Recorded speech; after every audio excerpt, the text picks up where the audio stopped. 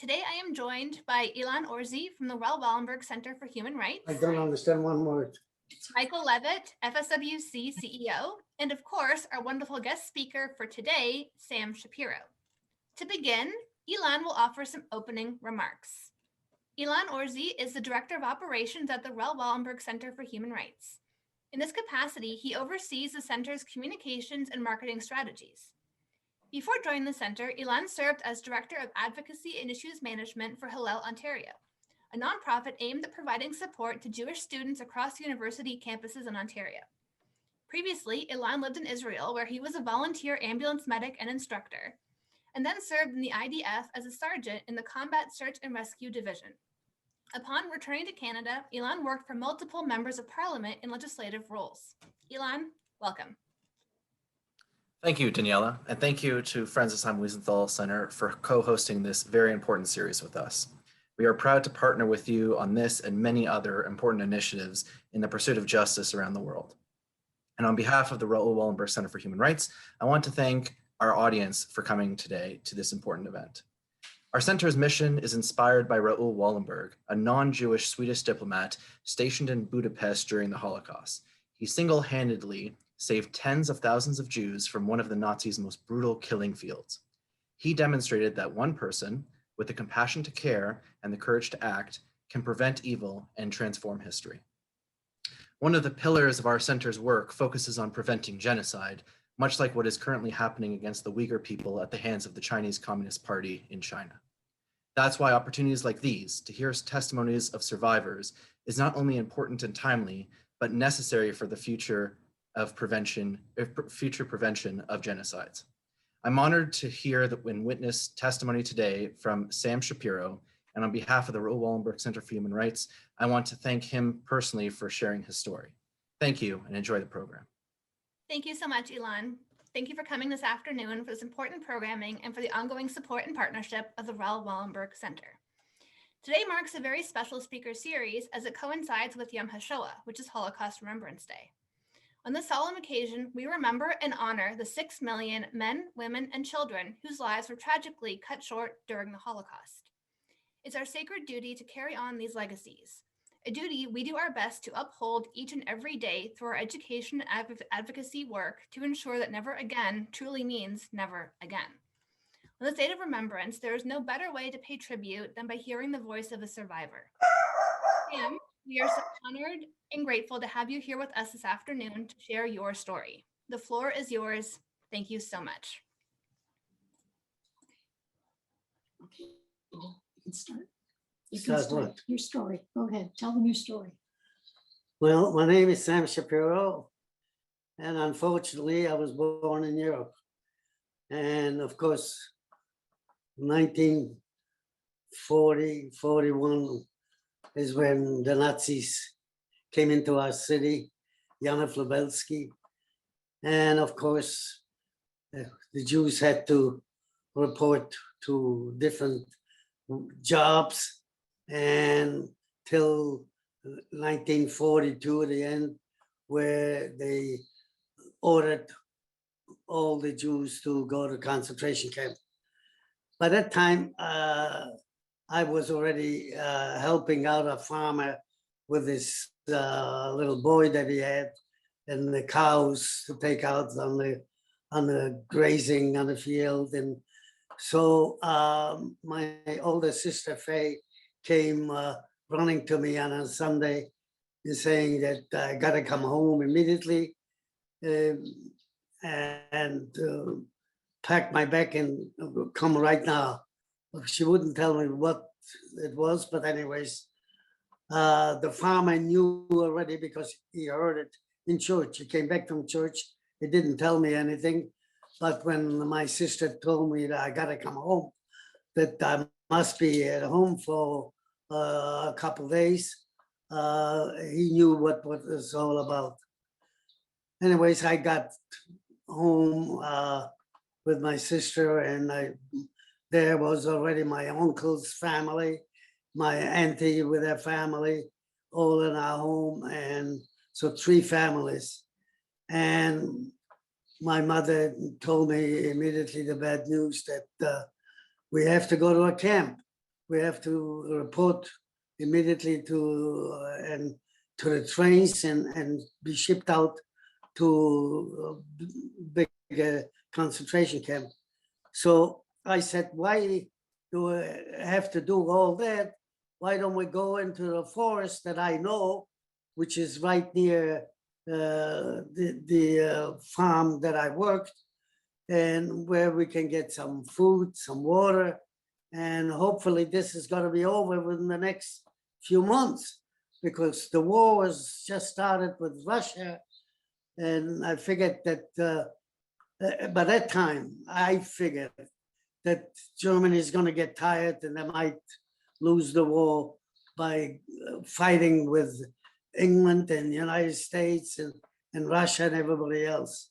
I guess I knew something a little bit, because I guess everybody was tuned in what was going on every day. And so you can hear over the radio what was going on. And hoping, I guess, too, that the war is going to finish and that we'll have peace again. However,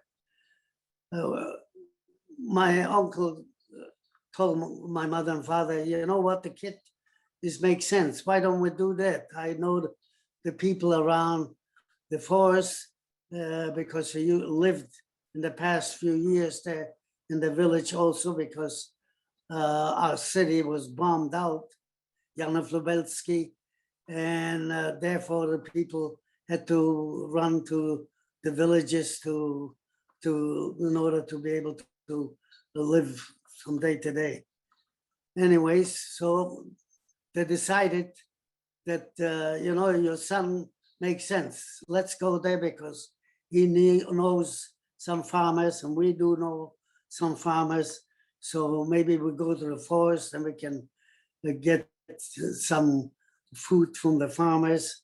And we don't know how long this is going to last.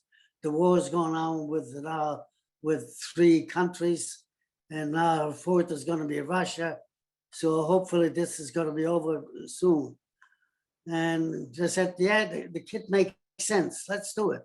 Okay, so at that moment they decided, instead of going in to the trains to go to the concentration camp, that they're going to go down to the nearest forts that I will show them where it is, go with them, of course, and we'll pack our bags and whatever else to go and pack away to some farmers that we can trust and give them something to hold for us till God willing that we come back in peace, that we can use it.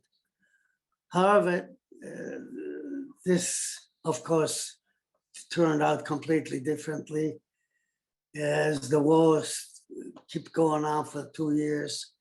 And we went into the forest and of course we met up immediately with the bandits, the Kelbasa gang, 2 brothers.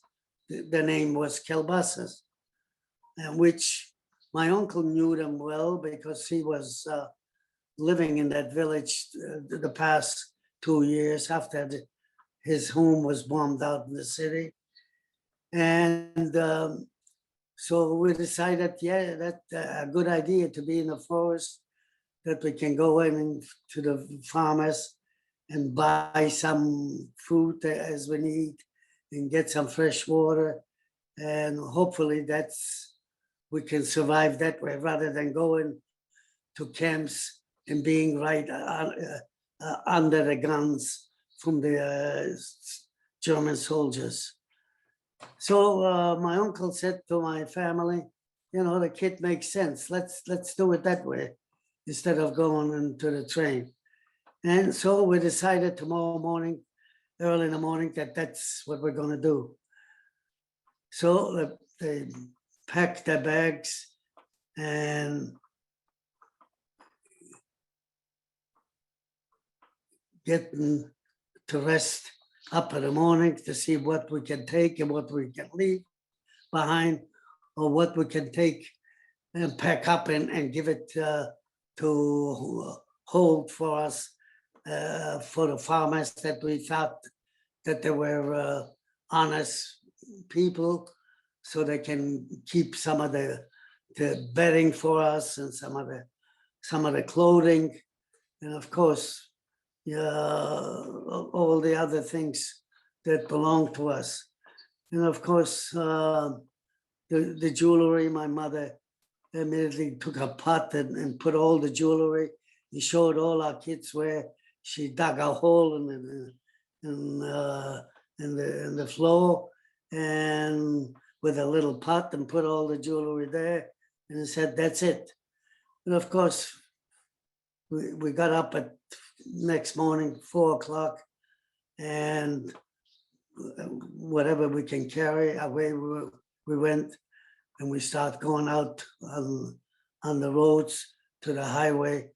And of course, my grandmother had trouble walking, so my mother decided to let my grandmother go all by herself, and wherever she winds up, that's her luck, because we don't know where we're going to wind up in the forest. Maybe we might not even be there. We don't know who's there now. Unfortunately, it turned out that we lost our grandmother immediately because we haven't seen her since. And all what we tried to find and talk to people as she walked along, and where people were walking also trying to escape to go to the camps. She just disappeared like a lot of thousands or millions other Jewish people in Europe that disappeared, that we don't know where they are buried and where they lived or how long they lived. It was a horrible thing. It wasn't God's will. Anyways, we got into the forest, of course, in the morning, and we just got ourselves trying to settle down and to see a spot where we can lay down a little bit to rest. And hopefully that's going to give us at least some peace for the next few days. And as we brought enough food for the next few days, and we were hoping that things will quieten down, or else we can go into a village and to buy from the farmers some food, as we did for the next few days. But then, of course, we were not allowed to move out of the forest because the partisans, so-called two brothers named Kelbasa, with a bunch of other creepy guys that they were stealing from the farmers and chasing the woman and everything else. I don't have to tell you all the bad things that these people were doing. There was 5 of them. And as a result, they got after us, and they start looking through our stuff and picked out what they wanted, what they needed, even though they knew my uncle, because he was a wholesale butcher, and he used to come to the villages to buy the different animals, the cows and everything else. So he knew him a bit, and they knew him, which helped for a while, that they sort of left us alone. They didn't rob us. They didn't take everything away from us. But as it turned out, it was terrible, because my uncle's 2 sons, older 2 sons, 20-year-olds, a week later decided to go back to the home or the village where we lived to pick up some more things that we needed.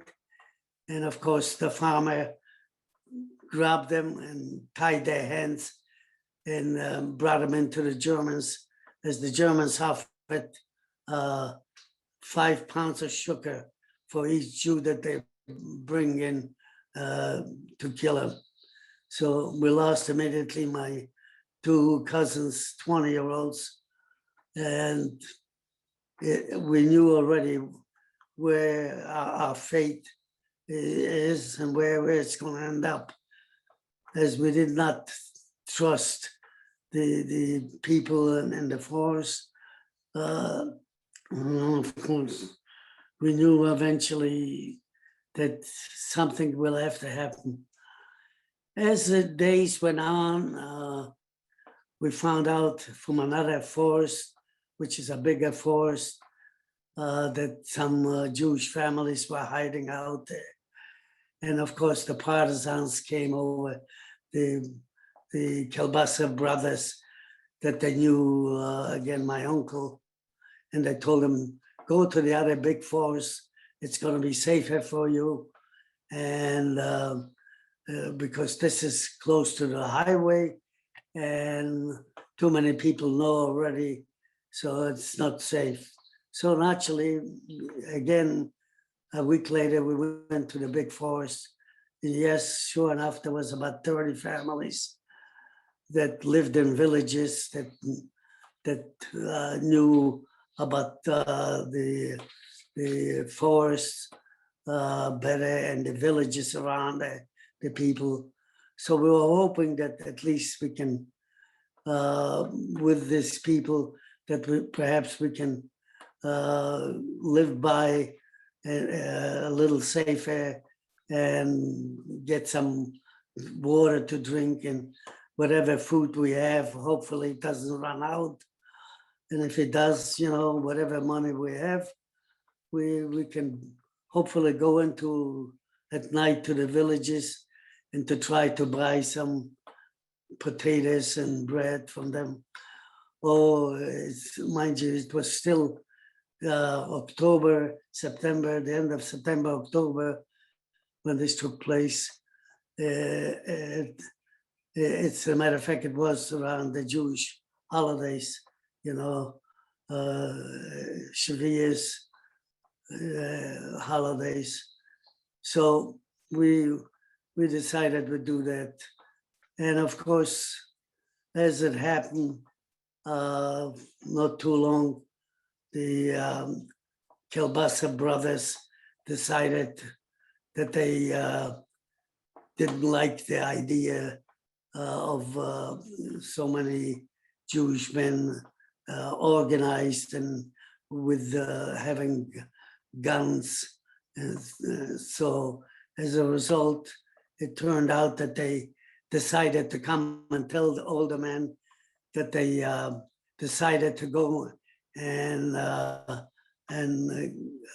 attack the police to get their guns and their ammunitions so we can have in the forest more guns. As it turned out, it was a lie, of course, that they took all the men out and they killed every one of them, about 30 of them. And luckily enough that they told my uncle and my father not to come along, that we don't need you, we got enough. So I guess they just felt that that they knew my uncle, that maybe for the meantime that they can let us live yet. However, it turned out completely the other way around, because these bandits kept coming and robbing and taking everything away from us. And of course, then they start killing any Jewish people that they came into the forest, that they were hiding out by a farmer for a week or a month or so. And then they came in, they heard that there's some Jews are hiding in the forest. They felt that that's going to be safe. Of course, it probably would have if we would have taken guns with us. But as you know, the old Jewish families, especially in Polish, the religion, that they were so religious that they wouldn't even look at a gun, never mind picking one up. However, it forced them at the later date, because where they immediately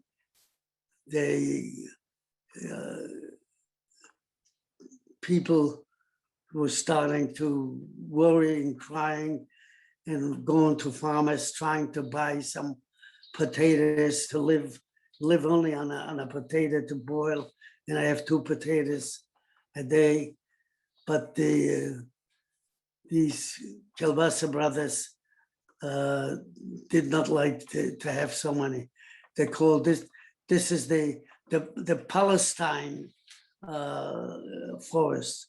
And so we knew sooner or later that something is going to happen, but we had no choice now. We couldn't go back into the city, because if we go back into the city, they would kill us right on the spot. That's what they were doing. Wherever somebody turned in, we heard. That's what the German police were doing, killing them off. So we were cut in a position that there's no different road for us. We had to just live it out and try our best. Well, unfortunately, as it turned out, that they killed off all the other men. And then 2 days later, they came and killed all the women and children. And however, they left our family, the uncle family and ours alone, because the uncle knew them. So they said, oh yeah, we were gonna try to help you. We're gonna go and bring you food, bring you potatoes, because that's the big food is to make a fire and put some few potatoes on the fire, and that's for the day. You know, you had 2 potatoes a day. However, that lasts only for another month or so, and we ran out of that as well. And there was only left 2 families, us and our uncle and my auntie with their mother and the 2 kids. And so naturally we moved away to a little farther away, because it was a big forest, so we can be away at least, so these gangs won't come from the different farms to visit, to see how the Jews suffer in the forest. I think they came in just to feel how much longer we're gonna last, so they can take possession of all the Jewish material that was given to them for keeping. As it happened, of course, slowly the Kielbasa gang killed off all the others, and there was only our family left. And within 6 months, we decided to move from this forest to another forest away. So hopefully we felt that it will give us some peace for a while, that they won't perhaps find us. And as we were praying every day, that hopefully that maybe the Russians will chase the Germans out of Poland, that we can go back to home. But of course, we were all hoping, live our hope, instead of what I told my father and my uncle, to take guns with us. And we had enough men with us, my 2 uncles' sons that were 20-year-olds, and he had 2 other sons, younger ones, my age, around 15-year-olds, that we could have probably even taken care of the Kielbasa gang. But again, we have to remember how the Polish Jews were. They were religion, just religion. Day, morning, and at night, all we had is the book to study, to read, and to pray to God. And that is what my family, my fathers and uncles and mothers told me to do, is that if we keep praying, that God will help us and we'll survive. As we were hoping that maybe Russia will defeat Germany and they chase them out of Poland. However, this did not happen. And again, we suffered like that for about a year in that force. And we decided now to maybe go to another force. As we heard, there's some other Jews live in another forest, a bigger forest. So we're hoping maybe we can find some other people. And of course, we ran out of food or water, that we had to go on the field and find some water. And of course, the water wasn't clean. As you know, the farmers took their cattle, the cows out on the fields, you know, and I don't have to tell you what the cows do, where they drink the water. So naturally, we had to take that water, boil it in order to be able to use it a little bit. But again, we can only have a drink of water a day, you know, and again, the same thing with eating, you know, there was nothing to eat. And if we had something, we had to share once a day and hope to get that through. All we did is to sit and pray and read and study the books, the Bibles that we took with us. The most important thing is that my mother and father said to take the Bibles. Without the Bibles, we're going to be lost, because we got to keep praying to God, and God is going to help us. We'll get through this, hopefully. However, as you know, and everybody knows, it turned out completely different, and you had to fight in order to survive and to do an awful lot of other things in order to survive.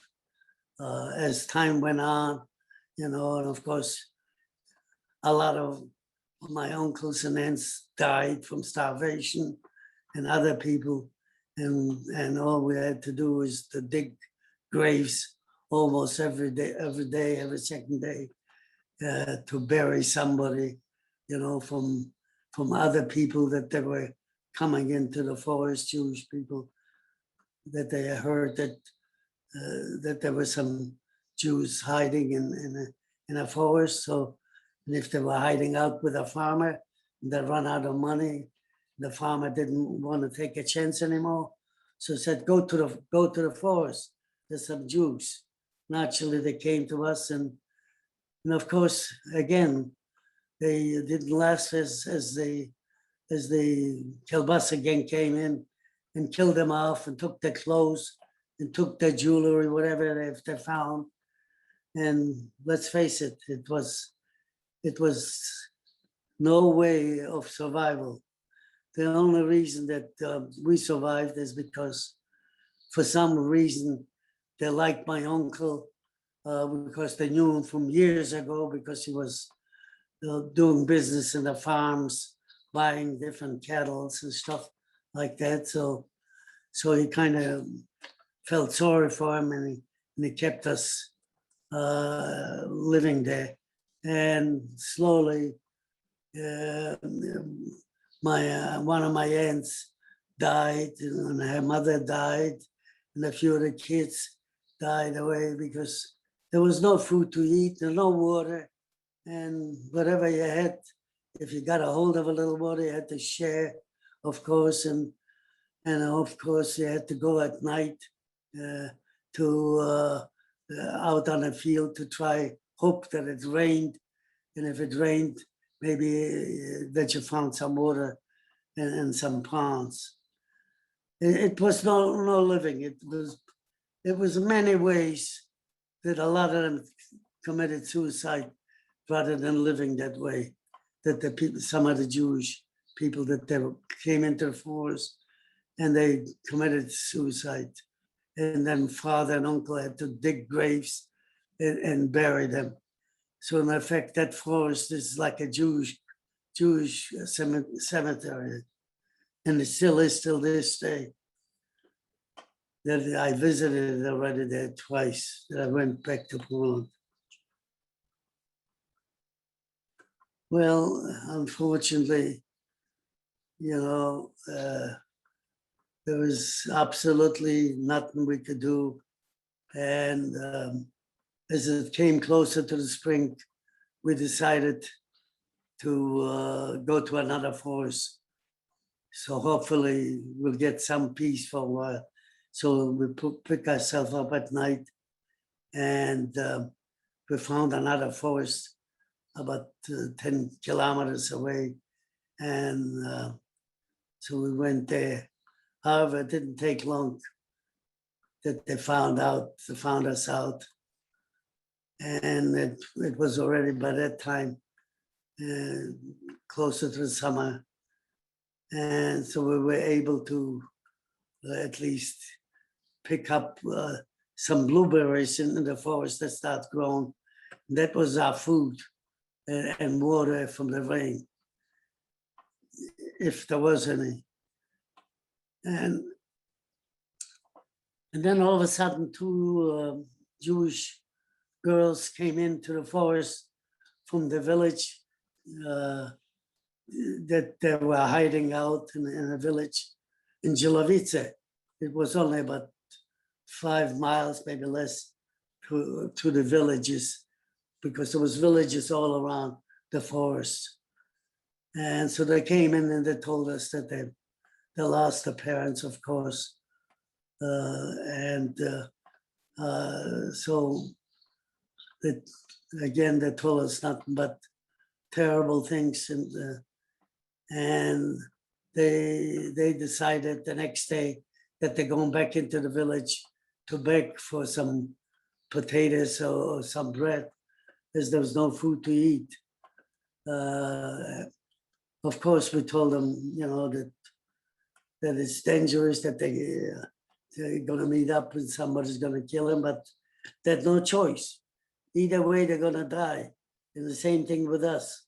It was a matter of time that either commit suicide or die, as many did commit suicide by just terrible cutting their throats. It was a terrible way of living. It was, in many ways, rather than living that way, it was better to have closed the eyes and die, and never go to sleep and never get up. However, as the Jews have hope in God and pray to God, is that God is going to help them, that the Germans will disappear and will be able to go back to, well, it didn't happen yet. So these two Jewish girls that came in told us that they're going into to Jilovice and to beg the farmers for some potatoes and some pieces of bread so we can live on that.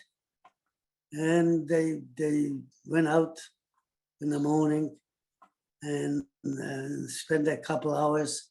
They came back right around lunchtime, and they sure brought back a few pieces of bread and some potatoes that we can make a fire and barbecue these potatoes up, and then I'll roast them up and have a potato a day and live that way for a while.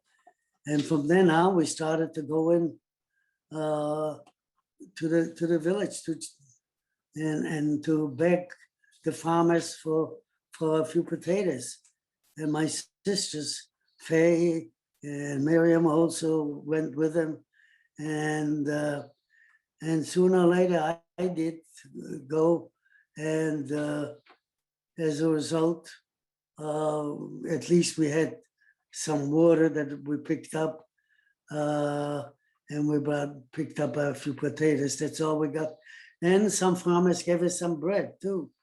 So at least we felt we could survive that way, as the farmers was very nice in Jilovice.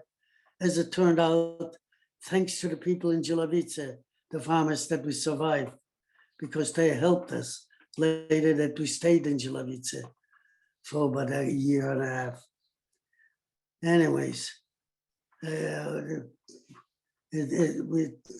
we went on for that till up closer, coming to the summertime and closer to the Jewish holidays, Shavuos, and my mother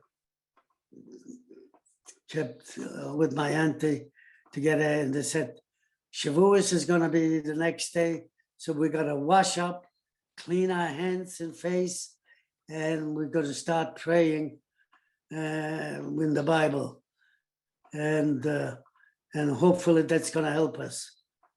And sure enough, that's what we're trying to do. And so the next day, around 11 o'clock, we started to, my mother started to organize to get the family together to in a different corner in the forest to start praying and praying. And all of a sudden, I was with my sisters and father and a little farther away from where my mother was. We heard the shooting, and of course we started running out from the forest, out to the forest. And I heard shooting and shooting and shooting. And we came a whole day. I was on one end of the world, and my father and my uncle and his two sons, and my two sisters and father went in a different direction. And I was, of course, single in a different direction. So for 2 days, we were looking around later to try to find one another. In the meantime, I got into the forest, and of course, the terrible, terrible thing. My mother lay dead. And of course, that was the end of the world.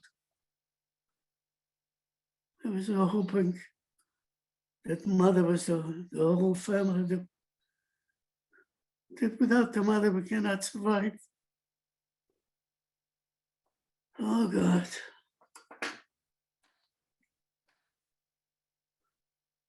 I had no choice but to stay laying right next to my mother.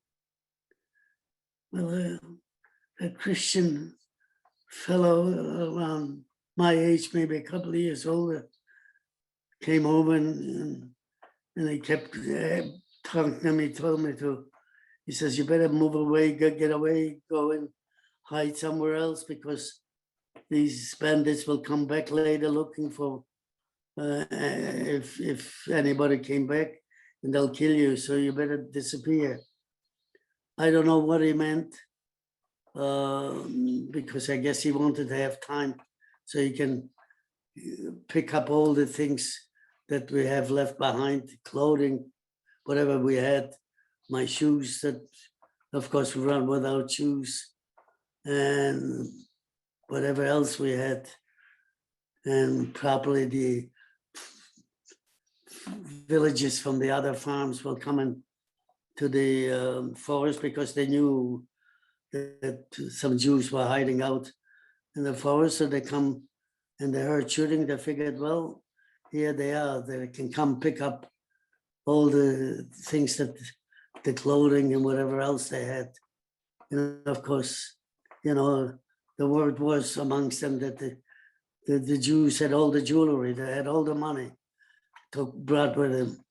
Of course, it wasn't true to that extent, but they had some, of course, with them, whatever they had, hoping that they needed to buy something from the farmers. However, we had to disappear slowly and sort of divide in groups and go into other fields around Jilovice, luckily that the weather was warm. It was May, June, coming in.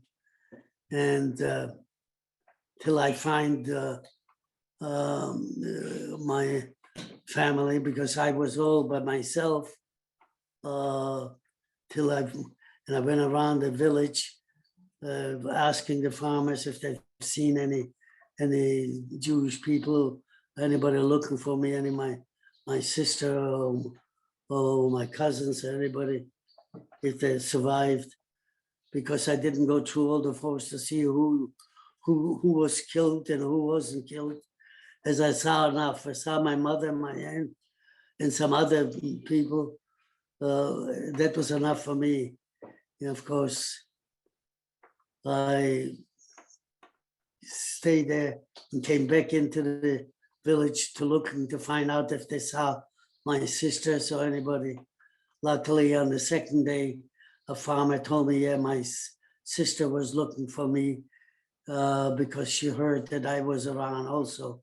The farmers told her that a boy was looking for some survivors. So we were looking for about a week for one another, like that, without food, without drink, without anything. I don't have to tell you to explain you what mood and what we felt and about eating or drinking or anything.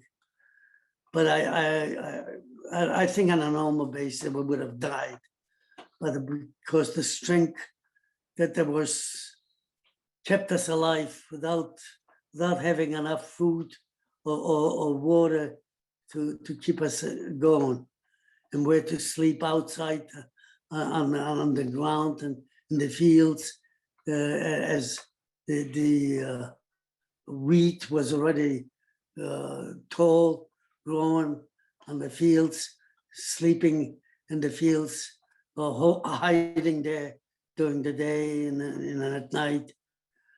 Hopefully that doesn't rain. If it rains, well, it's too bad for us.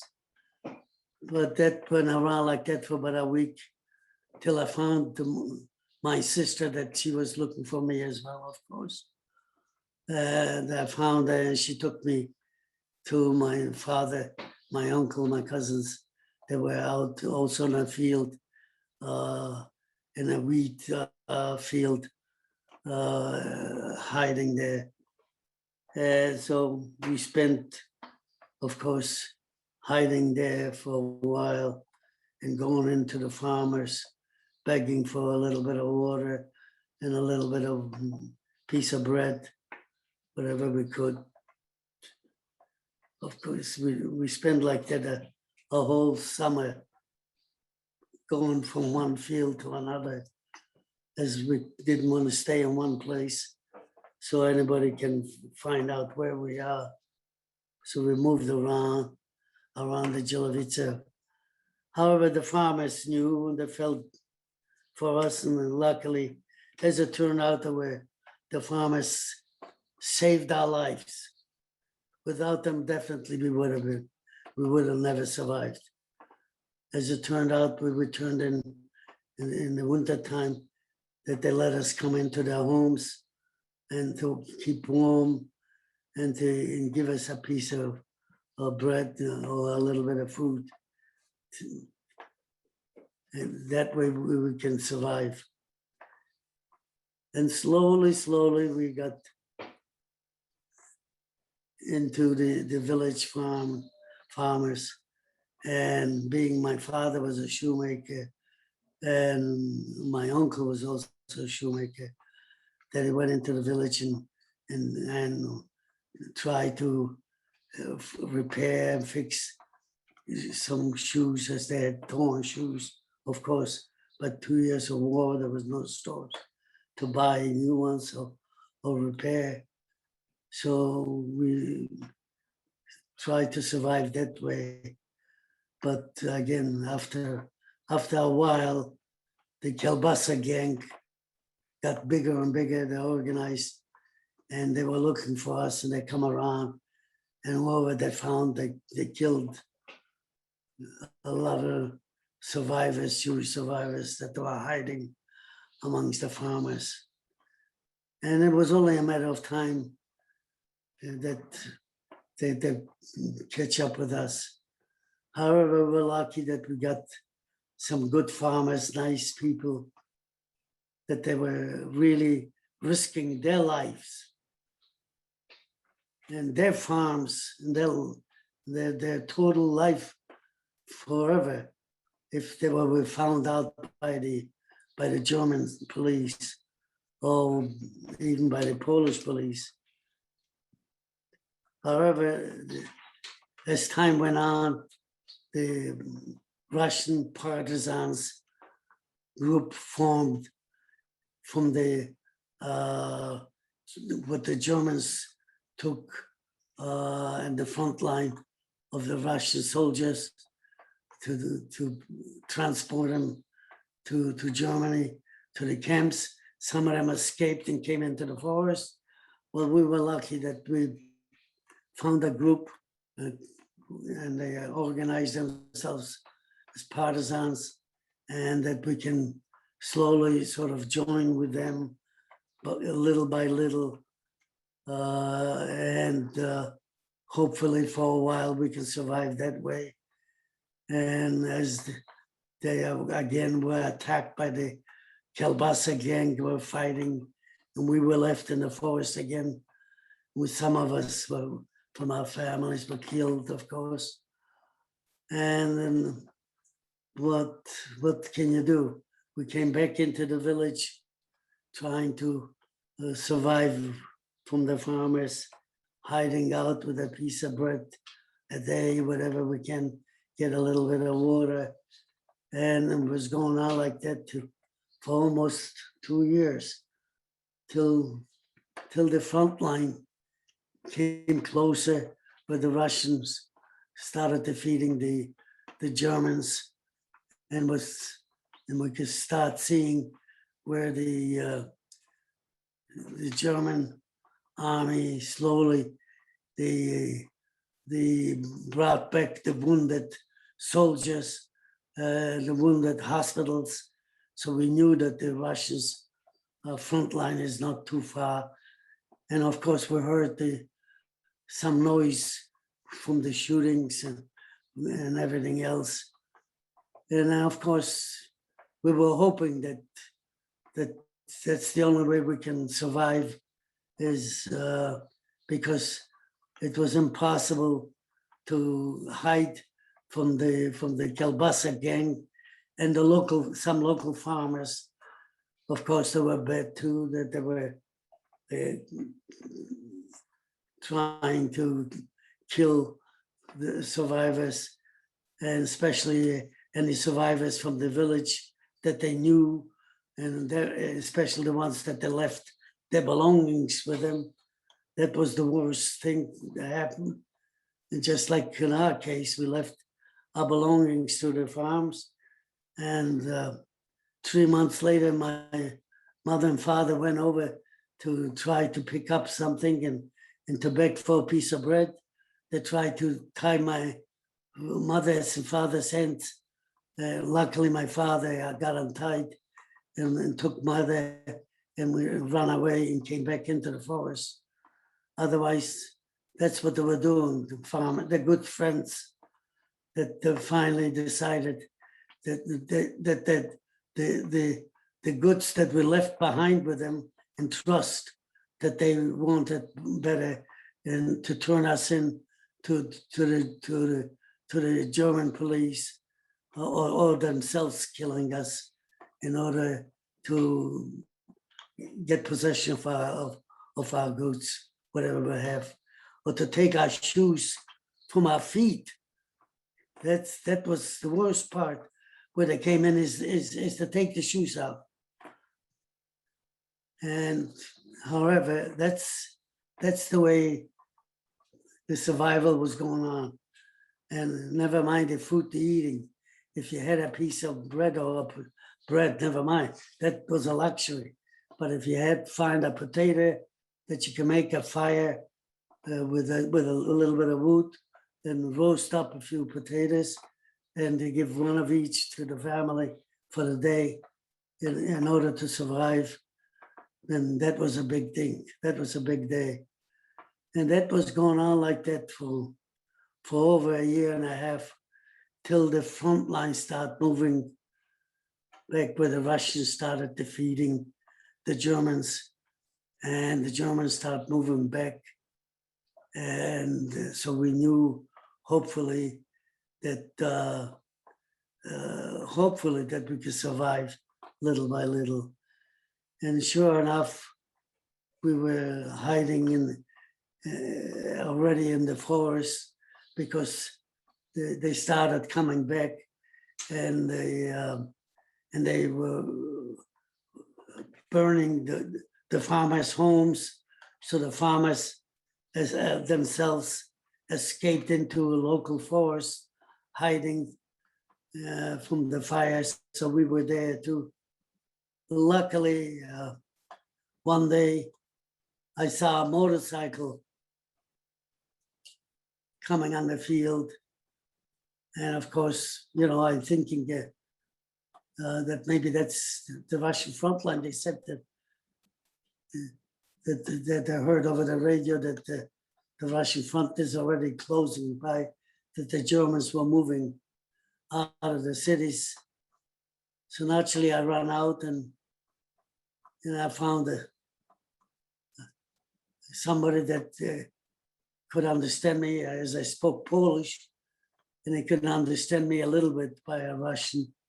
And yes, and he was telling me that the front line is about 10 miles away, but he is, again, risking his line to find the highways, the roads, and I should show him where the highways are, which I did spend a half a day driving around with him. And then he let me off, and I had to walk all the way back, coming back to my family. And actually, by the time I got back, it was almost dark already. My father and my sisters thought that, of course, that I was dead already for sure, as they didn't see me. They figured, because the whole gang of armies went through the forest, went through from one village to the other, to the highways, into the city of Janów-Lubelski, where we were, and Żyłowice, which is about 10 miles from Janów.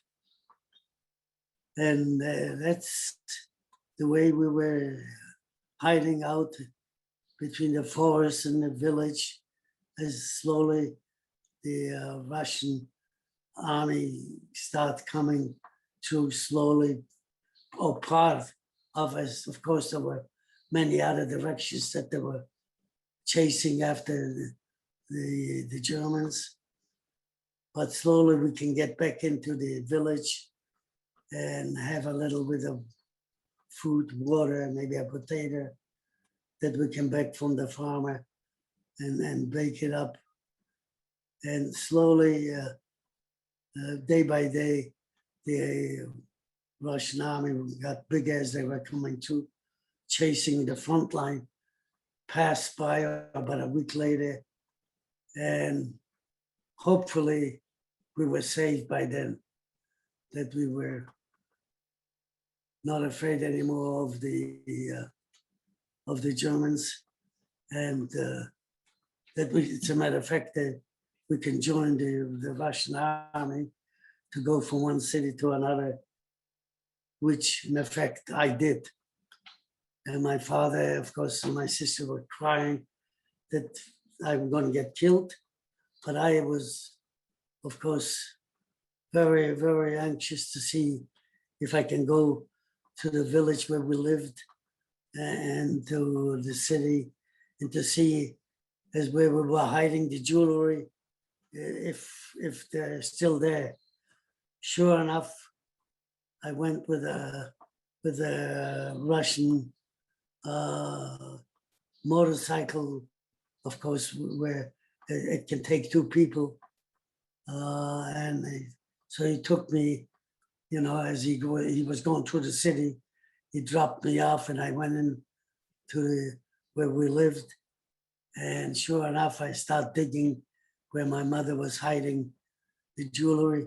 And sure enough, it was right still on top, as it looks like they were digging and digging, and they were pretty close to it, whoever was looking for it, because the house, the rooms were totally empty.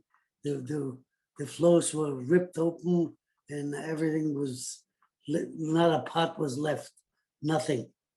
So naturally, I grabbed all the jewelry,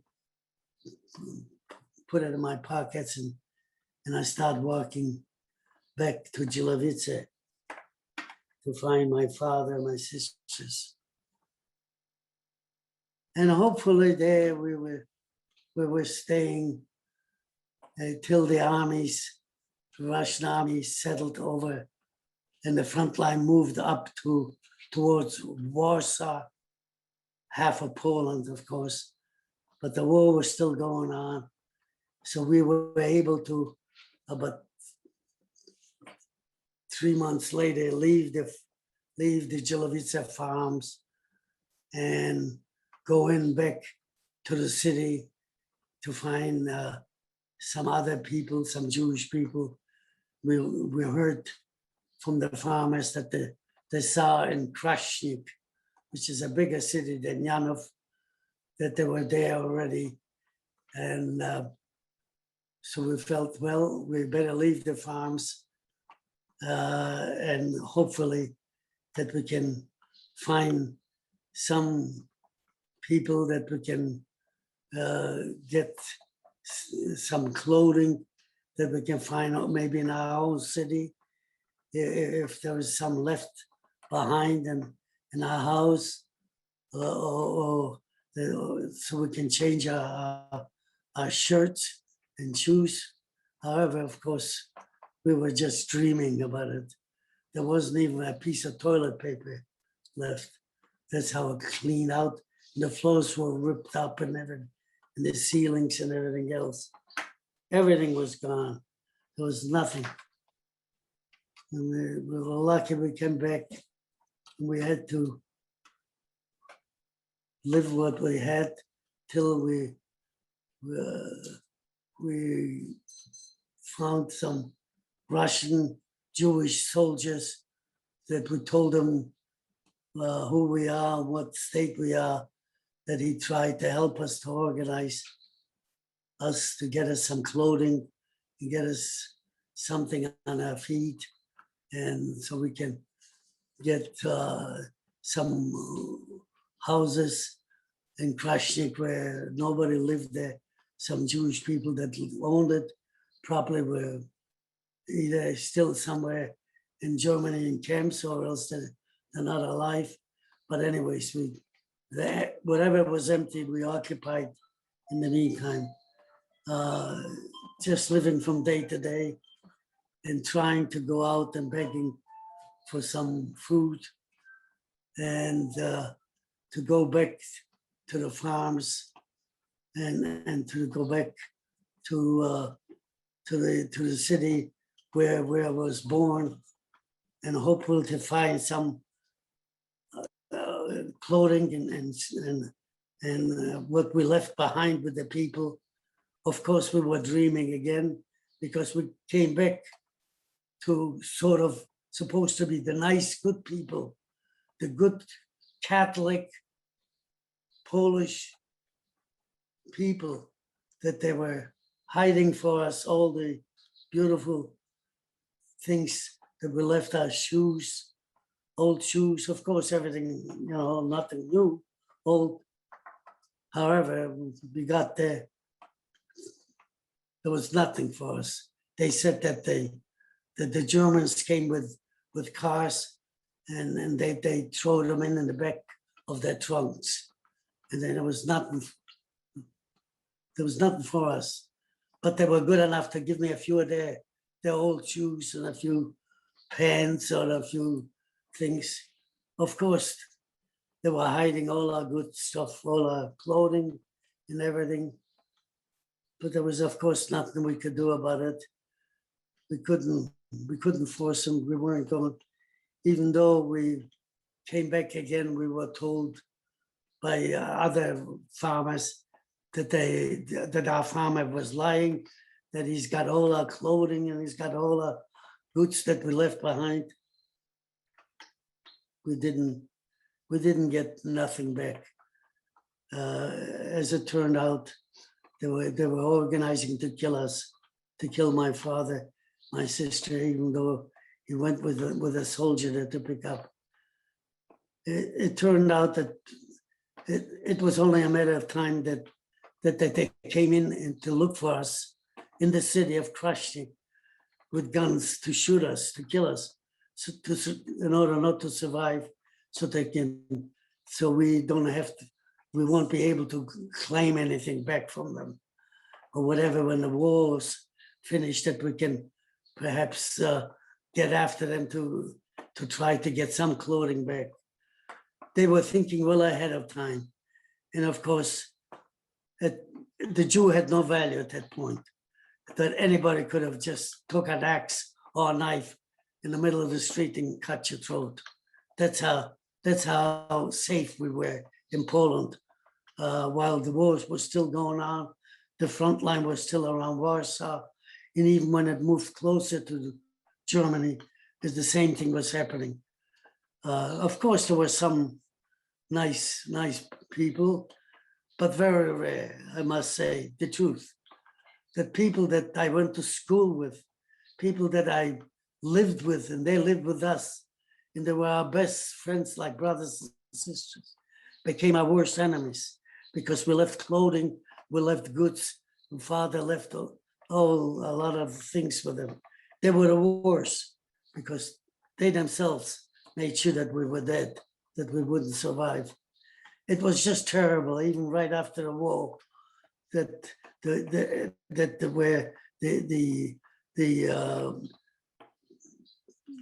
Russian police were there and everything else, that we were safe to some extent. They were still coming in at night looking for us and trying to kill us, that we had to finally escape from the cities, to get on the trains wherever we can, and to escape wherever the front lines were. If it was around Katowice in Poland, the front line was there close to the German border. So we packed our bags, whatever we had, maybe another pair of pants or one more shirt. So, and we moved moved on the train to Katowice. And hopefully that again, the Polish bandits stopped the trains and took the Jews off the trains and killed them right there. Naturally, my father and I saw what was happening. We went on top of the train, on the roof with my sisters in order to survive as the Polacks bandits came in the train while the train was running and finding Jews and killing them with the knives and guns. That's how the Polish friends that helped or fighting the Germans and trying to save the Polish people and the Jews. That's what they were claiming. And till this day, they're claiming that they were helping survive the Jewish people. Well, I tell you, that was a long way from it, because all they did is to take your shoes off your feet. And if it was 10 below, it was too bad. And if it was 50 below and you were dying right on the spot, well, it's too bad. That's how life was in 1943, 44, whatever, if you tried to hide among some of the farmers. I'm not saying all of them. There were some farmers, like in Jilovice. The people in Jilovice were just like sent by God. They helped us survive. And there was maybe 2 or 3 families, the Jewish families, that survived by hiding in Jilovice. So there were some, as it shows, there's some survivors, but some of them, of course, were taking the the clothing from you, whatever else you had. And if they didn't kill you themselves, they brought you to the Germans. So it was like the best friends that we had in our village, that they were doing business with us and working for us and doing everything else. He took my uncle's 2 sons and looking for us and looking for me to grab me, to kill me, to make sure that we won't claim back anything from our belongings that they take. That's how Poland was in 1943, 42, 43, 44. Yeah, it was just as bad as being in a concentration camp, because at least in a camp you got hopefully a bowl of soup once a day. However, everything was rotten, but however, as I said, there was some Polish farmers and Polish people that helped survive Jewish people. No question about it. Yes, I knew quite a few. I'm not trying to hide the good people of Poland. There was quite a few good people, but there were also a lot of ugly ones, especially the ones that were trusted with the Jewish belongings, of course. And that's how, of course, our family kept moving around and with the front line closer to be, in order to be safer from the Polish bandits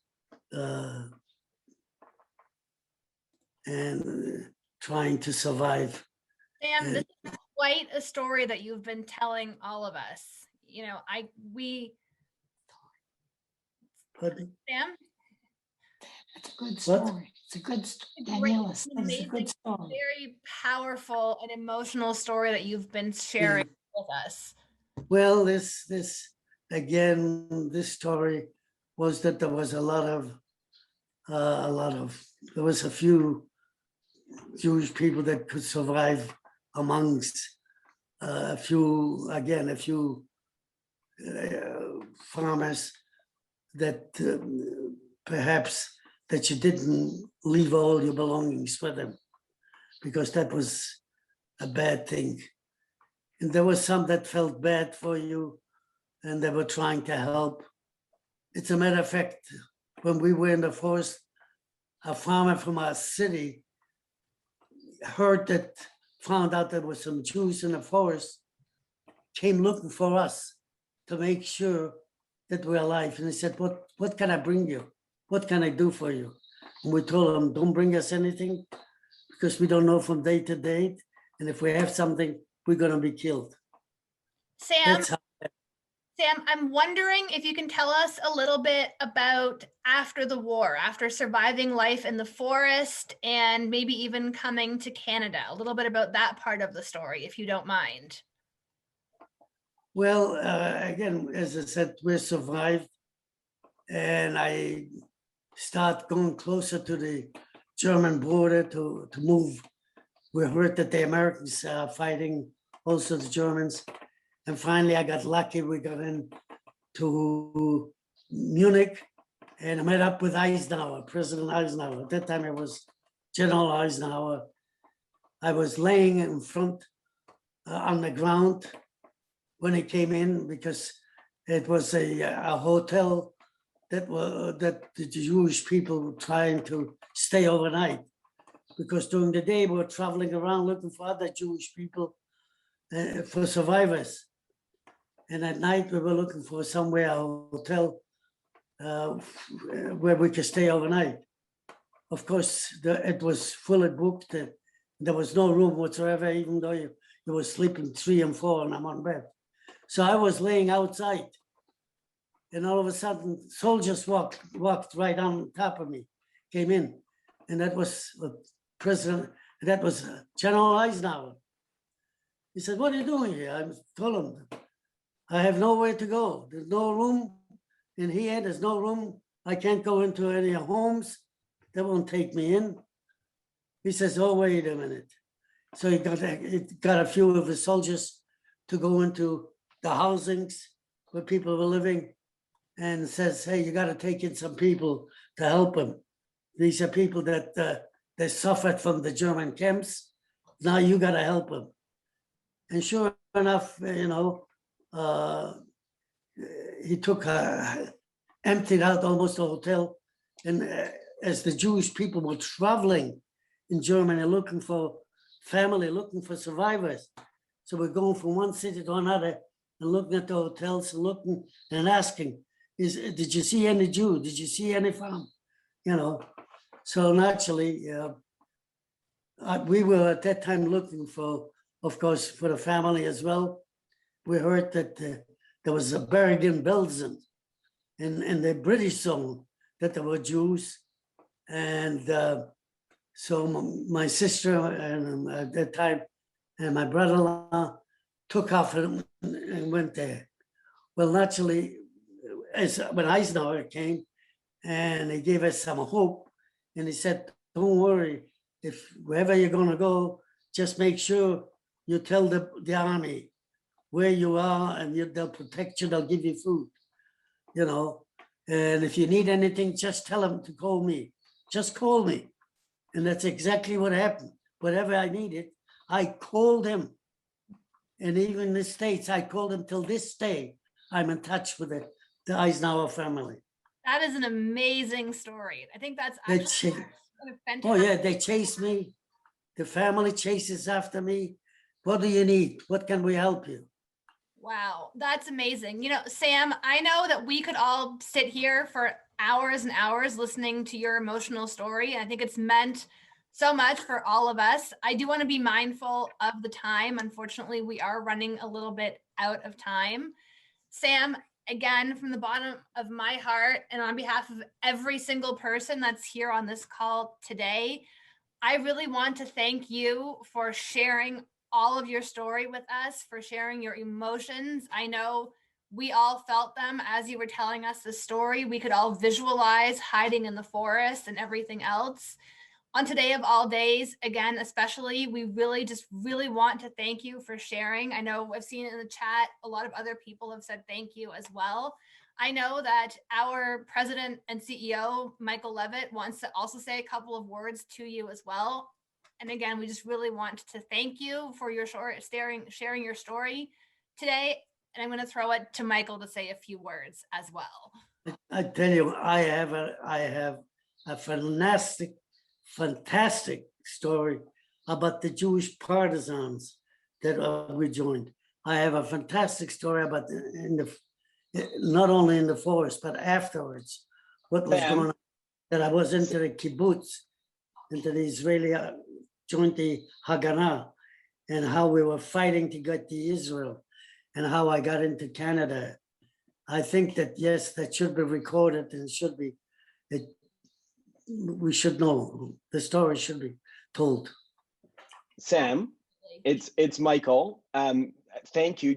I would love to hear that story. And what I think I would maybe like to do is to have our education team reach out to you so we can document that story on video with you, and then we can share it and use it in some of the work that we're doing, which I think we're recording this session as well. And Daniela's right, the power and emotion of your testimony. And I know you have shared it so often with so many groups over the years in writing, in words, but especially on this day, especially on Yom HaShoah, to be able to witness and share that and hear from you. I know there's over 100 people here that have been absolutely touched by this. And again, I would love to be able to connect with you and find a way of getting some of these stories out as well,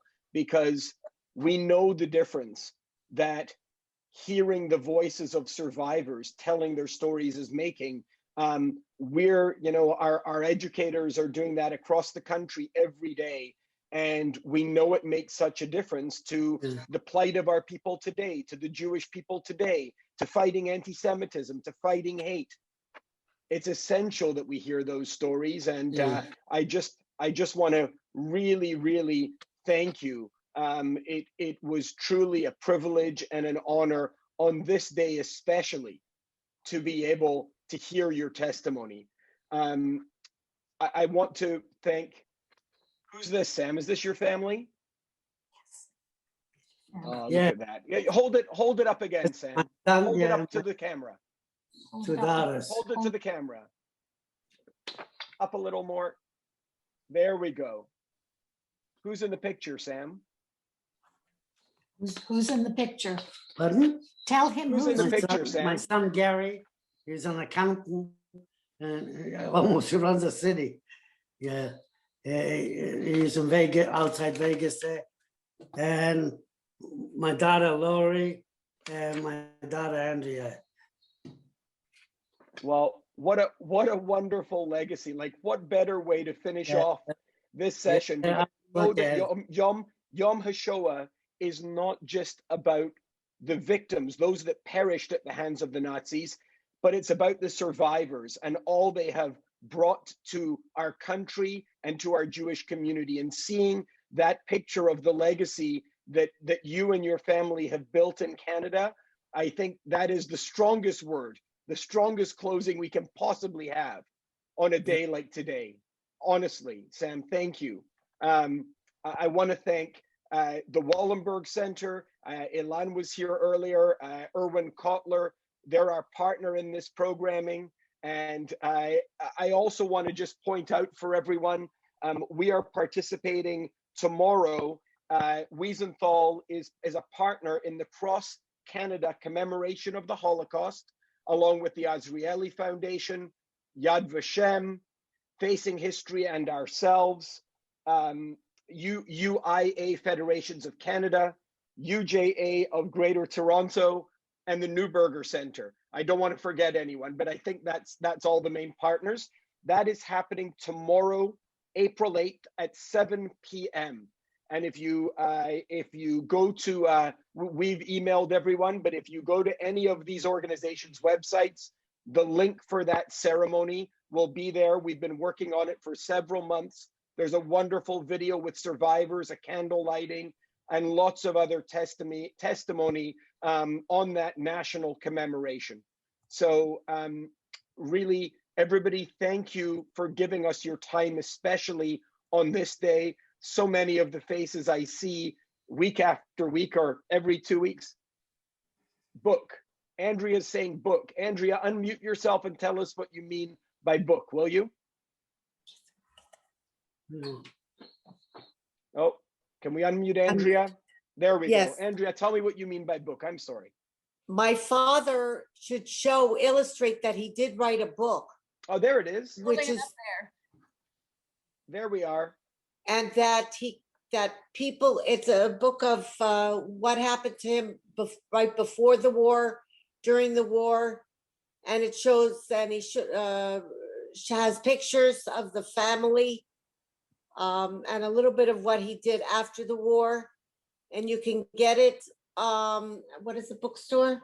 At Available Nobles. on Amazon. Nobles, Barnes and Nobles, It's available on Or Amazon Amazon. for those of us here in Canada as Or well. and Amazon. Amazon. Right. So what we can maybe do is we can send the link out. Daniela, can Sure. we send the link out to people that are registered today? What they say. Absolutely. Sure. Thank you, Andrea. Okay. So with that, I know we've run over time, but I know there's not a person on this Zoom this afternoon that would begrudge 1 minute of the powerful testimony that Sam provided. So listen, thank you very much. Again, a difficult day, as tomorrow will be too, as we reflect on the memories of those lost, but also on the legacies of those survivors that came and built families like Sam did. Thank you very much, and we really thank you for joining us here today. But bye, Sam. Thank you, everybody. Have a wonderful evening. Bye-bye. Sam.